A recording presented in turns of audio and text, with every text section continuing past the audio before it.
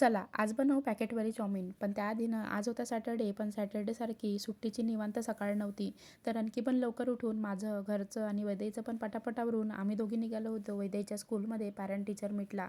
तिकडनं येऊन राहिलेली घरातलं सर्व कामं आवरली, जेवण केले आणि दुपारची छान एक झोप घेतली. इव्हिनिंगला उठून काल हे डीमार्टमधून आणलेलं सर्व ग्रॉसरीचं सामान ठेवायला घेतलं. काल दालबाटीचं जेवण एवढं जास्त हेवी झालं होतं ना की हा पसारा असाच राहिला होता. मग आधी ते सर्व ठेवून घेतलं, त्यानंतर चाऊमिन बनवायला घेतली. काल डीमार्टमध्ये फिरता फिरता हे पॅकेट्स दिसले. चला म्हटलं कशी टेस्ट आहे तर आपण पण बनवून बघूया. सर्व इन्ग्रेडियंट्स आणि रेसिपी त्या पॅकेटवरच दिलेली होती. भाज्या चॉप करायला घेतल्या, पण त्याआधीनं एका भांड्यामध्ये पाणी उकळायला ठेवलं नूडल्ससाठी. त्यानंतर गाजर, शिमला मिर्च, पत्तागोबी, कांदा या सर्व व्हेजिटेबल्स छान अशा चॉप करून घेतल्या. तेव्हापर्यंत पाणी पण उकळून झालं होतं. पाण्याला गॅसच्या खाली उतरवून त्यामध्ये नूडल्स टाकून त्याला 5 ते 7 मिनटं झाकून तसंच सोडून द्यायचं होतं.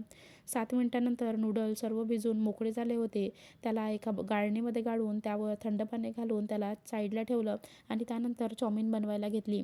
एका पॅनमध्ये ऑइल टाकलं आणि त्यामध्ये सर्व चॉप केलेले व्हेजिटेबल्स टाकले आणि त्याला हाय फ्लेमवर छान असं परतून घेतलं. ते परतून झाल्यानंतर ना त्या पॅकेटमध्ये काही मसाल्याचे पॅकेट दिलेले होते आणि त्यामध्ये मीठही घालायची गरज नव्हती. ते पॅकेट्स टाकून त्याला छान असं मिक्स करून घेतलं. त्यानंतर नूडल्स टाकून त्याला छान असं एकजीव केलं आणि मस्त अशी चाऊमिन बनवून तयार होती. ती सर्वांना इकडे सर्व्ह केली आणि त्यानंतर मी पण टेस्ट करायला घेतली. एक्झॅक्ट मार्केटसारखी तर नाही, पण टेस्ट खूप छान होती, चटपटी होती आणि ती कधीतरी आपण ट्राय करू शकतो घरी. तुम्ही पण नक्की एकदा ट्राय करून बघा. तर असा होता माझा आजचा दिवस. भेटूया पुढच्या ब्लॉगमध्ये. तेव्हापर्यंत bye bye. Thanks for watching.